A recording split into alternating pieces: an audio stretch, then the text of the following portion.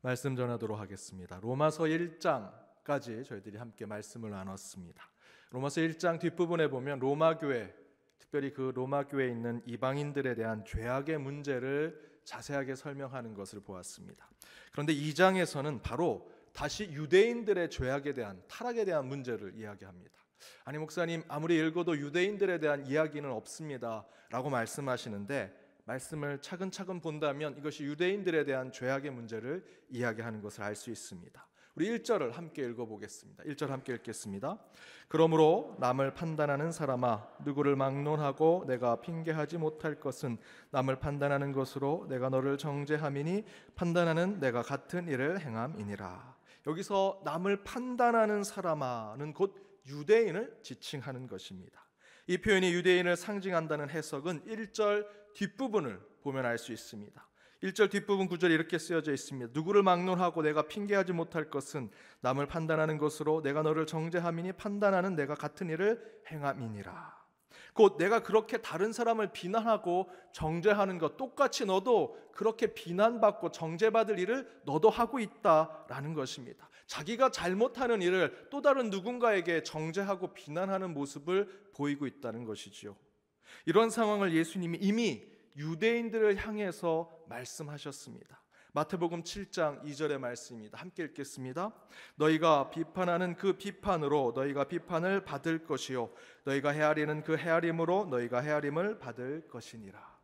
이미 마태복음에서 예수님께서는 유대인들을 향해서 너희들이 그렇게 비판하지 그 비판으로 너희도 정죄를 받을 것이고 심판을 받을 것이다 라고 말씀하고 있는 것입니다. 바로 그 비판의 대상은 바로 예수님 시대에 예수님이 유대인을 향해서 하신 것. 따라서 로마서 2장 1절에 바울이 남을 판단하는 것으로 내가 너를 정죄할 것이다, 정죄를 받을 것이다 라고 하는 이 표현은 바로 유대인들을 향한 바울의 충고라고 할 수 있습니다. 그렇다면 바울은 로마서 1장에서 로마 교회를 위해 복음을 전합니다. 그러나 로마 교회와 그 주변의 로마 제국 시대의 사람들의 죄악과 타락된 모습을 기록하고 2장에서는 다시 유대인들의 죄와 그들의 잘못을 이야기하는 이유가 무엇일까? 그 이유는 죄의 무게는 로마인이든 야만인이든 이방인이든 유대인이든 초대교회에 모여있는 성도들이든 모두가 똑같은 죄의 값을 갖고 있다라는 것을 설명하기 위함입니다. 그래서 실제로 로마서 1장, 2장, 3장에 장 제목을 붙인다면 1장은 우리가 함께 말씀을 나눈 대로 앞부분의 이신층이 우리가 믿음으로 의롭게 될 수 있다는 것이죠. 하지만 그 가운데 로마 교회 주변에 있는 로마의 사람들, 로마 제국의 사람들은 엄청난 타락을 했습니다. 로마인들의 타락과 죄악에 대해서 설명하죠. 오늘 함께 읽는 말씀에서는 유대인들의 죄악에 대해서 이야기합니다. 그리고 몇 주 후에 함께 말씀을 나눌 3장에서는 모든 인류가 죄악을 가지고 있음을 이야기합니다. 왜 각 장별로 로마인, 유대인, 온 인류의 죄악까지도 차례로 이야기하고 설명하고 있는가? 그 의미는 각 사람의 죄악의 내용, 각 사람들이 범죄한 그 정도, 그 심각성이 어떻게 다른지를 살펴보려고 하는 것이 아닙니다. 로마인이라고 더 많은 죄악을 짓고 유대인이라고 덜 죄를 짓는 것이 아니다라는 것이죠. 각 세 장의 주제는 아주 간단합니다. 로마인이든 그 로마를 비난하고 정죄하는 유대인이든 그 외 모든 인류 어떤 사람이든 모두가 죄인이고 타락한 존재임을 설명하는 것이 바로 오늘 본문의 말씀입니다. 그러니까 1장, 2장, 3장의 이 바울의 편지의 내용은 1장에서 로마의 죄악은 이렇습니다. 그러나 2장에서 유대인의 죄악을 살펴보면 유대인들도 더불어 죄인입니다. 1장의 로마인, 2장의 유대인들 뿐만 아니라 3장의 우리 모든 인류는 다 죄인입니다 라고 이야기하는 말씀이라는 것이죠. 따라서 앞에서 말씀드린 대로 죄의 무게는 로마인이든 야만인이든 이방인이든 유대인이든 초대교인이든 모두가 똑같다라는 것을 이 로마서 앞부분에 바울은 이야기해주고 있습니다. 이런 주제와 비슷한 영화를 만든 감독이 있습니다. 박찬욱 감독입니다. 이 박찬욱 감독은 복수 시리즈의 영화를 만들었습니다. 복수는 나의 것, 올드보이, 친절한 금자씨. 영화를 보시기에는 그 내용과 비주얼이 너무 그레고스틱해서 보기 힘들 수는 있습니다. 하지만 여러분 기회가 되신다면 꼭 한번 보시기 바랍니다. 저도 마음만 먹는다면 영화를 함께 보면서 설교를 하고 싶습니다. 복수는 나의 것, 여기에서 나는 누구일까요? 물론 딱 지정하기에는 힘들지만 이 영화 감독이 가지고 있는 취지는 여기서 복수는 하나님의 것임을 이야기합니다. 로마서 12장 19절의 말씀대로 너희들이 복수하지 마라, 복수는 내게 맡겨라 라고 하는 표현이 나오지요. 올드보이에 보면 이런 표현이 나옵니다. 모래알이던 바위덩어리던 물에 가라앉기는 마찬가지이다. 모래알과 바위덩어리는 우리의 죄에 대한 이야기를 하는 것입니다. 바로 이 세 가지의 영화가 복수에 대한 이야기를 합니다. 하지만 그것이 단순히 복수로 끝나지 않습니다. 그 안에는 기독교적인 메시지를 가지고 있습니다. 복수는 복수를 낳는다. 인간의 복수는 그 자체가 범죄이고 폭력이다. 어떠한 의로운 취지를 가지고 행하는 복수라도 그것은 잘못된 것이고 죄가 될 것이다. 앞에서 말씀드린 대로 모래알이던 바위덩어리던 물에 가라앉기는 마찬가지다 라고 하는 표현, 모래알 바위를 물에 여러분 던져보십시오. 무엇이 먼저 가라앉을까요? 바위가 먼저 가라앉겠죠. 그러니까 먼저 가라앉는 바위덩어리와 같은 죄가 더 큰 죄가 되겠다라고 생각할지 모르지만 이 영화에서 특별히 이 박찬욱 감독이 이야기하고 있는 복수 시리즈 영화에서는 그런 것을 설명하는 것이 아닙니다. 이 박찬욱 감독은 카톨릭 신학의 배경을 가지고 있습니다. 바로 그가 설명하고자 하는 모래와 바위가 가지고 있는 무게에 의해서 물에 가라앉는 속도가 다르다라는 것으로 설명하는 것이 아니라 오히려 그는 모래든 바위덩어리든 모든 것은 다 물에 가라앉을 것이다 라고 하는 것으로 죄의 동일성을 설명하고 있는 것입니다. 모래든 바위든 물에 빠져서 가라앉는 것은 똑같다라는 질문을 던지면서 우리 인간의 죄성을 아주 집요하게 설명하고 있습니다. 무엇을 이야기하는 것입니까? 우리가 알고 있는 속담에 3살 버릇 80까지 간다. 3살 때 바늘 도둑한 놈이 80 가서는 소도둑이 될 것이다. 그렇죠? 3살 때 바늘 도둑, 그 정도는 괜찮아? 아닙니다. 그 죄가 80이 돼서 또 다른 죄를 범하는 것이죠. 3살 때 범죄한 것이든 80이 돼서 범죄한 것이든 죄의 가치는, 범죄의 가치는, 타락한 그 모습은 동일하다는 것입니다. 지금 우리가 읽은 이 로마서의 기준대로 하면 하나님의 선민인 유대인의 죄가 덜 심판받을 것이다. 왜? 하나님이 선택하셨으니까. 아브라함 때부터 믿음을 가지고 온 이스라엘 백성이니 그들이 좀 죄를 저질러도 하나님은 용서할 것이다. 아니다 라고 얘기하는 것이 바로 오늘 바울의 편지의 내용입니다. 하나님의 선민인 유대인의 죄이던 지지난주 함께 살펴보았던 1장 뒷부분에 로마인들의 그 상상할 수 없는 그런 죄와 타락, 그 죄값은 서로 모래나 바위나 물에서 가라앉는 것처럼 동일하다라는 것을 설명하고 있습니다. 따라서 죄는 누가 저질렀느냐에 따라서 가볍고 무거운 것이 아니라 죄를 저질렀다면 누구든지 그 죄값을 치러야 함을 이야기하는 것이 오늘 본문의 말씀입니다. 그래서 6절에 보면 이렇게 표현하고 있습니다. 6절 함께 읽겠습니다. 하나님께서 각 사람에게 그 행한 대로 보응하시되. 어떤 분이 읽다가 로마서는 이신칭의 믿음으로 의롭게 되는 것인데 왜 2장 6절에서 바로 하나님께서 행한 대로 보응하십니까? 공로사상, 행위로 구원받는 것 이야기하는 거 아닙니까? 라고 말씀하시는데 절대로 아닙니다. 이것은 이신칭에 관련된 말씀이 아닙니다. 뒤에서 말씀드리겠습니다. 바로 6절에 하나님께서 각 사람에게 그 행한 대로 보응하시되 하면서 이렇게 말씀하시죠. 참고 선을 행하여 영광과 존귀와 썩지 아니함을 구하는 자에게는 영생을 주시겠다. 대신에 진리를 따르지 아니하고 불의를 따르는 자에게는 진노와 분노를 하나님께서 보여주시겠다. 그래서 악을 행하던 선을 행하던 그 대상은 구별되지 않음을 바울은 이렇게 표현합니다. 9절에서 10절입니다. 함께 읽겠습니다. 악을 행하는 각 사람에게 영에는 환난과 공고가 있으니 먼저는 유대인에게요 그리고 헬라인에게며 선을 행하는 각 사람에게는 영광과 존귀와 평강이 있으니 먼저는 유대인에게요 그리고 헬라인에게라.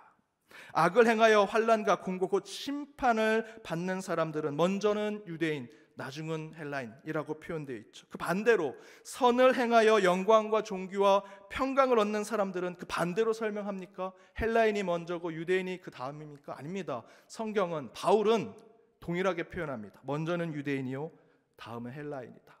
이것은 순서를 설명한 것이 아니라 유대인이나 헬라인이나 동일하다라는 것을 이야기하는 말씀입니다. 따라서 오늘 본문의 마지막 구절, 말씀의 제목인 하나님께서 외모로 사람을 취하지 아니하신다라고 하는 이 표현은 단순히 우리의 겉모습, 저 사람이 잘생겼구나, 겉모습이 좋은 옷을 입고 다니구나 라는 것을 따져서 하나님이 보신다라는 뜻을 갖고 있는 것이 아닙니다. 다윗을, 이새의 자녀들 가운데 다윗을 선택할 때 그 중심을 보시는 하나님에 대한 설명은 아니라는 것입니다. 하나님께서 이렇게 11절에 표현하신 것은 하나님의 심판에 대한 이야기를 하시는 것입니다. 하나님의 심판은 기울어지거나 치우쳐 있거나 구부러져 있지 않다는 표현을 얘기합니다. 곧 하나님이 우리를 심판하시는데 내가 목사니까 날 좀 덜 봐주시겠지, 내가 연동교회 다니니까 125년 역사의 교회를 다녔는데 하나님이 내 죄는 조금 봐주시겠지 라는 것으로 결코 우리의 죄값을 덜하게 만들어주시지 않는다라는 것이죠. 반대로 내가 평신도인데 조그만 죄를 지면 크게 벌을 받는 거 아닐까라는 것이 아니라는 말씀입니다. 하나님은 공평하십니다. 행위한 대로 보응하시는 분이라 말씀하고 있습니다. 이 표현은 공로와 행위에 대한 구원을 설명하는 것이 아닙니다. 하나님의 심판대 왔을 때는 어떤 사람이든, 로마인이든 유대인이든 모든 인류든 연동교회를 다니던 다른 작은 개척교회를 다니던 하나님의 심판대 앞에서는 동일한 죄값을 받게 된다는 것입니다. 바로 그에 대한 표현이 6절의 표현입니다. 행위구원에 대한 표현이 아니라는 것입니다. 심판대 앞에서 저와 여러분이 갖고 있는 직분과 지위와 이 땅의 재물과 능력에 따라서 하나님의 심판이 기울어지거나 구부러지는 것이 아니라 내가 행동한 만큼의 대가와 평가를 받아 심판을 받게 될 것이다 라는 말씀입니다. 줄을 잘 서야 한다는 말이 있습니다. 세상적인 표현인데 군대에서 한두 명 빽이 아주 좋은 친구를 좋은 곳에 보내야 되는데 그 친구만 보내면 형평성이 없다고 이야기할까 봐 줄을 쫙 세워놓고 그 친구가 있는 그 주변에 한 4-5명을 같이 착출해서 좋은 곳으로 보내는 겁니다. 그래서 줄을 잘 쓰면 좋은 곳으로 갈 수 있습니다. 저희 아버님이 그렇게 줄을 잘 서신 적이 있었습니다. 저희 아버지께서 군대에 가셨는데 저희 아버님은 줄과 빽이 없으셨습니다. 그런데 줄을 잘 서서 당시 장군이나 장관이 오는 육군본부 행정실에 들어가셨습니다. 그곳에 들어가면 사람들이 하나씩 다 물어본다고 합니다. 너희 아버지는 누구냐? 그러면 하나같이 이렇게 얘기한답니다. 저희 아버지는 장군입니다. 저희 아버지는 장관입니다. 그러다가 저희 아버지는 아무것도 아닙니다. 그러면 쟤는 줄 잘 서서 들어왔구나 이렇게 얘기한다고 합니다.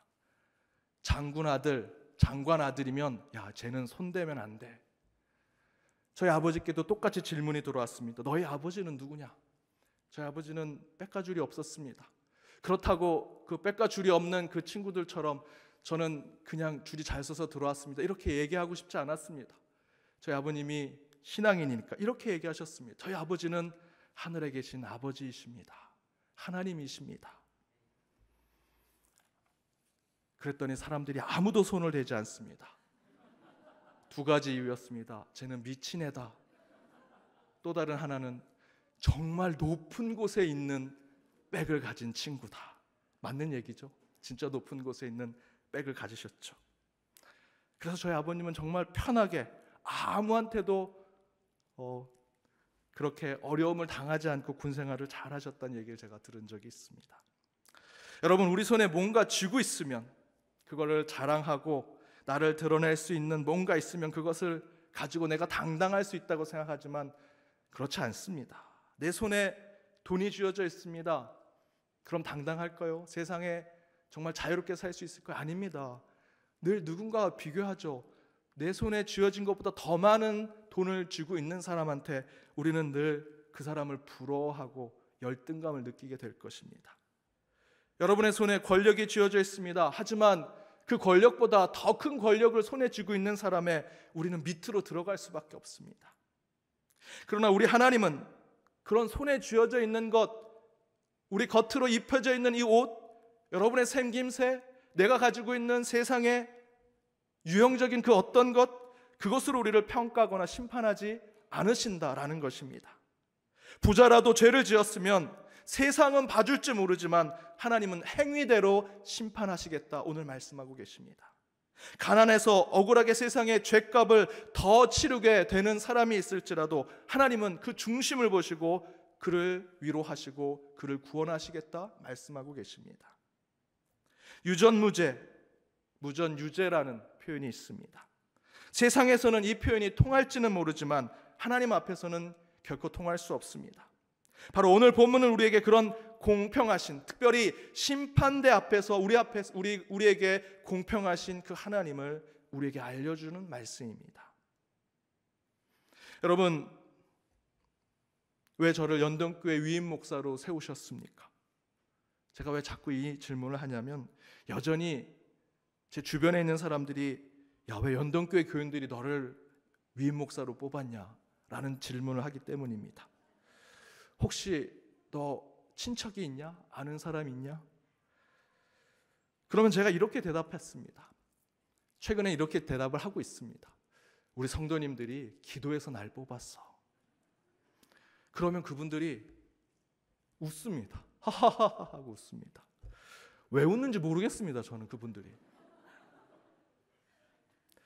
외모를 취하지 아니하신 하나님, 그런 공평하시고 의로우신 하나님을 섬기고 따르는 교회가 될 때, 그런 저와 여러분의 삶이 될 때 하나님께서 분명히 우리 교회를 바로 세워주시고 저와 여러분의 삶을 하나님의 성품으로 만들어 주시리라 믿습니다. 여러분, 저의 외모 보고 뽑으셨습니까? 제 손에 무엇이 쥐어져 있는 거 보고 뽑으셨습니까? 제가 뒤에 백이 있고 무슨 줄을 잘 서서 저 뽑으셨습니까? 아니죠. 저도 아닙니다. 무슨 일을 하든 공정하고 공평하고 정의롭게 하십시오. 그래야 우리가 주님의 심판대 앞에 섰을 때 조금이라도 부끄럽지 않을 수 있을 것입니다. 사순절 기간 억지스러운 것으로 여러분 경건과 절제의 삶 살려고 하지 마십시오. 사순절이니까 주님의 고난에 동참해야지. 그래서 아침에 금식하시거나 며칠을 금식하시는 분이 있습니다. 그래, 이러면 살이 빠지겠지라고 생각하시면서 여러분 그렇게 억지로 사순절날 경건의 절제의 삶 살지 마십시오. 여러분 사는 삶에 정직하게 한번 살아보십시오. 공정하고 공평하게 살려고 해보십시오. 이 세상 가운데 더 힘들고 더 어렵고 더 고난을 받게 될지도 모릅니다. 여러분 이 사순절 기간에 정직하려고 하는 삶, 공평하려고 하는 삶을 통해서 주님이 원하시는 제자의 길을 걸으시기 바랍니다. 그 훈련 가운데 하나님께서 저와 여러분을 세워주시고 우리 연동교회를 더욱더 주님의 품으로 안아주시리라 믿습니다. 그 공평하신 하나님 앞에 바로 서는 저와 여러분, 우리 연동교회가 되기를 주님의 이름으로 축복합니다. 함께 기도하겠습니다.